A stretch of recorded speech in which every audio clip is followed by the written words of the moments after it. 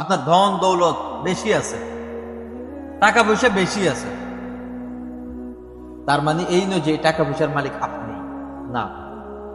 আপনার এই টাকার মধ্যেই, এই ধন দৌলতের মধ্যে গরিবদের হক আল্লাহ পাক রব্বুল আলামিন রেখে দিয়েছেন। আপনাকে বেশি দিয়েছেন, আরেকজনকে কম দিয়েছেন। আপনাকে বেশি দিয়ে আপনার পাশে আরেকজন মিসকিন রেখে দিয়েছেন, এতিম রেখে দিয়েছেন। আল্লাহ আপনাকে পরীক্ষা করছেন, আপনার অন্তরটাকে পরীক্ষা করছেন। আপনি আরেকজনের প্রতি কতটুকু দয়াশীল, আপনি তার প্রতি কতটুকু উদার, আপনার ধন দৌলত থেকে তার জন্য আল্লাহর রাস্তায় কতটুকু ব্যয় করেন, আল্লাহ পরীক্ষা করছেন আপনাকে। কারণ এই দুনিয়াটা হচ্ছে আমার পরীক্ষা ক্ষেত্র। অন্যের দুঃখে আমাকে দুঃখী হতে হবে, অন্যের কষ্টে আমাকে কষ্ট লাঘব করতে হবে, কষ্ট সহ্য করতে হবে, তার কষ্টে আমি তার পাশে দাঁড়াতে হবে, তার বিপদে আমি তার পাশে দাঁড়াতে হবে। এখন তো আমাদের এই পরিস্থিতি, বিপদে তো পাশে থাকার দূরের কথা, তার খোঁজ খবরটাও নেওয়া হয় না।